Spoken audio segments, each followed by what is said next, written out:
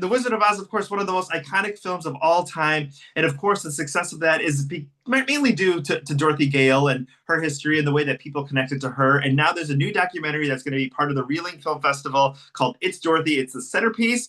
We have our director, Jeffrey McHale, here to chat all about it. Thank you so much for your time today. Thank you, Rudy. Yeah, it's great to be here. Thank you for having me. From so many people can connect with Dorothy, and obviously it was a time when there wasn't a lot of choices. I feel like sometimes now when you look at through like a 2025 lens, there's a lot of ways that you can identify with different characters. But during that time and growing up, and for many generations, it was Dorothy. Yeah, I think for a lot of, I mean, specifically like for queer people, a lot of us saw themselves within Dorothy, first in the books, and then obviously Judy Garland. And I think it's that connection that we made with her and Judy at a young age that kind of helped inform ourselves as we kind of developed and found ourselves and found our people and found our community. And also kind of put her on the path to gay icon status as well, you know? And that was one of the definitely something I wanted to explore and find out more about. And in the process, I interviewed a guy named D. Michelle who wrote a book called Friends of Dorothy, and he kind of went through the history and some of the myths and the things that were that we as a community just associate with the Wizard of Oz and associate with Judy and associate with the character, but might not necessarily be grounded in 100% truth, you know? So it was Yeah. fun to kind of explore those things as well.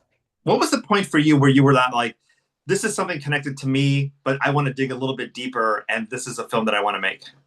Yeah. I mean, I've been a fan of The Wizard of Oz since I was a child, like many of us. Yeah. So I'm not unique in that stance, but yeah, it was a couple of years ago. I went back home. Well, I grew up in Michigan, but my parents retired in Arizona, and so my mom is just collects everything that all of our projects, all of our artwork, and every time we go to visit, it's always like, all right, let's go through this box and see what we can hold on to and get rid of. And I was surprised to see there was this giant folder of all my old, like specifically Wizard of Oz projects from elementary school. And so, obviously I didn't forget about them, but it was just interesting to kind of see all of them stacked together and just see how much, and there was an abundance. And on the top of the stack, there was a book, Wizard of Oz by Jeff. And there was a note from my second grade teacher, and it said, Jeff, I'm sure this is a lovely story, but next time, let's write about something other than Oz. And so that was just kind of like an interesting reminder of like how much it was a part of me as a child. And I think, as an artist, as a creative, I was a quiet Oz fan, into my adulthood, and I didn't really, I wasn't part of any of the clubs or the memberships, or didn't really engage with the fandom online. And so I was like, well, I wonder like what's here, like what there should be something here, And so I started to kind of dig around and just be curious. And so it was reaching out to people. It was like finding. I went to my first Wizard of Oz convention, which was in Chesterton, Indiana. I went with a good friend and producer of mine, Zell McCarthy, and we went and just to like kind of see what the how it lived, among us. And so Yeah. that was interesting. And so once, it was like, okay, it's Oz. The through line was Dorothy. I was a huge fan of The Wiz. I was a huge fan of Return to Oz growing up. And obviously MGM's Judy Garland. And so I was like, well, what's the through line? The through line is Dorothy. And like there's no other character like her in our culture that has been embodied and adapted and done this many ways. And so I was like fascinated by that aspect. And then also the other actresses who portrayed her, kind of identifying with those parts as well too. Yeah. And that was the interesting part too. Like, there's a very, small list of women who played Dorothy. And so I knew that when I approached this topic and this subject, like I wanted to talk to them. I wanted to talk to as many people that, embodied the character. And like, there's a wide range, we could say embodied it in, fifth grade at your elementary school production, which a lot of people have. And that's usually like our first kind of entry point to Yeah. the character is, those childhood performances. So I was just excited to connect with and reach out with, the women had played Dorothy and just kind of get a better understanding of like, what they went through at the time. And then you start to kind of hear these stories and then it all kind of like connects back to this classic narrative that we all know and love. And so I found first it was like when I started I kind of gave myself like the creative challenge of like, okay, what does a biography of a fictional character look like? We're used to kind of biopics and documentaries about um, artists and performers and actors and actresses that we know and love, but like, what does that look like from someone who's fictional and someone who has been portrayed by many different people? And so I kind of gave myself like that creative challenge. But once, you dive in and you start talking to people and their stories kind of inform the narrative. I thought, okay, well, the story is Dorothy's and the journey is hers and the journey is ours. And so let's follow that and let's see how we can connect each of their experiences to Dorothy's. Yeah. And then that was the exciting challenge. But Dorothy was kind of that original person.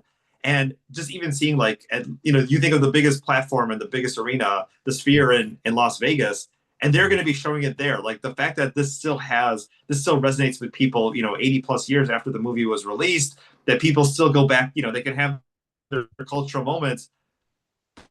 They still go back to Dorothy. Yeah, and that's the thing. Like, very much viewed her as the original kind of pop culture icon. She has been with us for every single generation that's alive. I mean, that won't always be the case. In a few years, it'll be Star Wars or Marvel. Like that people who were alive when those characters were first introduced. But right now, it's Dorothy and it's Oz, and it's so exciting to see it live in so many different new and exciting ways. Obviously, the Sphere is going to be exciting. Wicked is incredible. So, it's just breathing new life. And I think that's, one of the interesting things about Oz is that it's not being held down by one specific property or entity. It's in public domain. So it's all of our story. And so I think that's why it has lived for so long, is that it's been reimagined. So, we talk about the women who have portrayed her on stage, but also, the gay, the gay population who also embraced her, and having that conversation with Rufus Wainwright on like, his struggles, personally, but also with his mom, and putting that in there, and what the Wizard of Oz meant to him, and her, Judy's performances, and just how that has helped shape into the performer that he is today. Yeah, and that was the fun part too, was like reaching out to some of those names as people who I knew, had a connection with Judy or had a connection with the story and really kind of like dive in deep and kind of get to the core of like what their interest was. And Rufus was a fascinating interview. Obviously, his love of Judy is very well known with his Carnegie Hall concerts that he's toured and he's talked very many, many, many, many times about, his love for her. But it was very interesting to kind of hear his early experiences with it and that it was a signal for his parents that his parents could tell when, oh, here's my son. He loves The Wizard of Oz. What does that mean? They're doing the math in their head. Yeah. He didn't know it at the time. I know it at the time that, what I was signaling to my second grade teacher that, I was probably queer, it would grow up to be a gay man. I didn't know those things, but, his parents understood that. And it was also interesting to hear that his parents were not necessarily okay with it in the beginning and talked about having him leave the house or kicking him out of the house. And so I think that feeling of not being wanted, that feeling of rejection, that feeling of uncertainty is a universally queer experience, at a young age. At a young age. You've shown this film at a couple of festivals so far already. Mhm. Kind of the reaction, and when you're talking to fans and during the Q&A, because obviously, it's such fascinating material that has fans across generations, but I'm sure everybody also wants to share their stories with you as well. Yeah. I mean, and that's the fun part is like you tell people about like, oh, what you're working on. Oh, it's about Dorothy. And they're like, who else besides Judy or who else besides Diana? And then like, what about this or what about that? And like there's so much within the Yeah. Oz umbrella that you can kind of like you can get lost. I mean, and there was a few times where it definitely felt like you go down this rabbit hole and it's like, oh, this doesn't feel right or this isn't working. And so you kind of get to pick and choose of what, what speaks to you and yeah. And also too, the subjects that you do, because obviously Elizabeth Berkley, a huge star with Saved by the Bell, and kind of her career took a little trajectory. The trajectory maybe didn't go the way it was planned with Showgirls, and seeing now how she has embraced it, how it's become actually like a cult classic. And also, I think with Taylor Swift's, Life of a Showgirl, that she's kind of embracing those showgirl moments on social media as well too. But having these subjects of seeing everything they've gone through and kind of come out the other way, whether it was in personally or within the piece of art, that we get to identify with them or kind of connect with their struggles. Definitely. Yeah, my last film, You Don't Know Me, was about, the afterlife of showgirls. And so it was funny. There was during one of the Q&As at Tribeca, the moderator who actually moderated You Don't Know Me there noticed, he's like, oh, there was a shot of Judy and there was a shot of Dorothy and Nomi, were the seeds planted there. And I'm like, well, yeah, of course, it lives with inside me. So there was definitely something that I wanted to tell and explore there.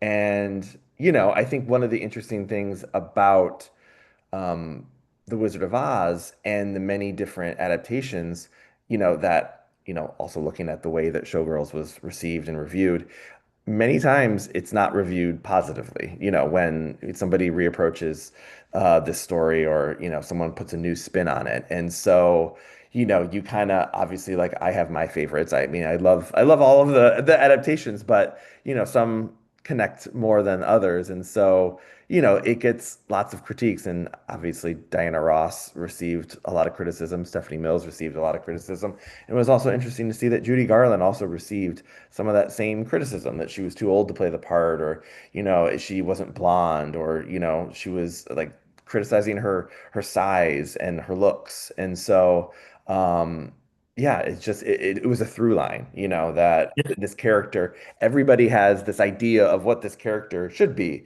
and it Yeah. isn't always the same thing. Yeah, and I think whether you think of Judy Garland, Liza Minnelli, Cher, Madonna, whoever it might be, you have these moments where it's like, look at this amazing catalog and all these iconic looks and all these iconic moments, and sometimes you forget those moments of struggles or how things started, and actually the pain that kind of led them to the places that they're at now, and that's why they'll always be our icons. Is that correct?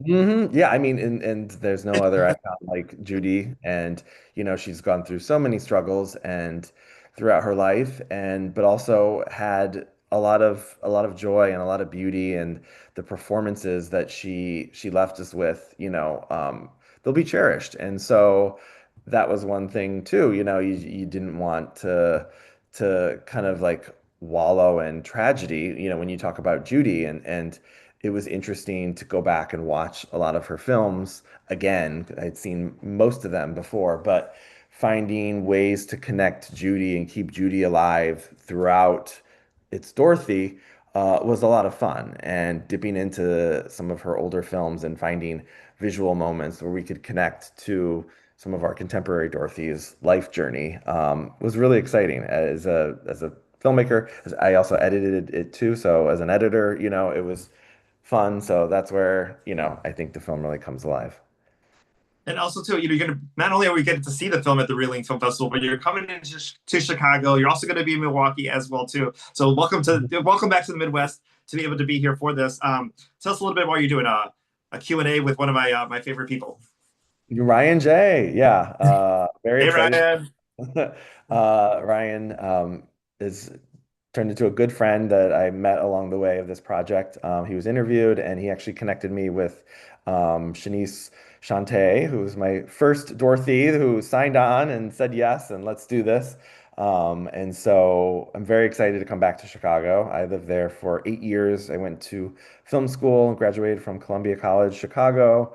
After college, I worked at a nonprofit film production company called Split Pillow, which was kind of Chicago style improv filmmaking, filmmakers working together to tell unique and interesting stories for the city.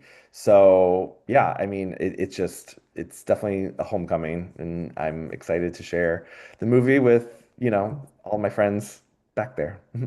Wonderful. Well, thank you so much for your time today. It's Dorothy coming to the Reeling Film Festival September 21st. Go ahead and get those tickets. Jeffrey's going to be there as well, too. And go to the website. Let's get it correct. reelingfilmfest.org for those tickets for this movie. And, of course, all the other films that are screening at the festival as well, too. Welcome back to Chicago. And we'll see you back here very, very soon. Thanks, Rudy. Yep, it was good chatting. Thank You too. you. Thank you.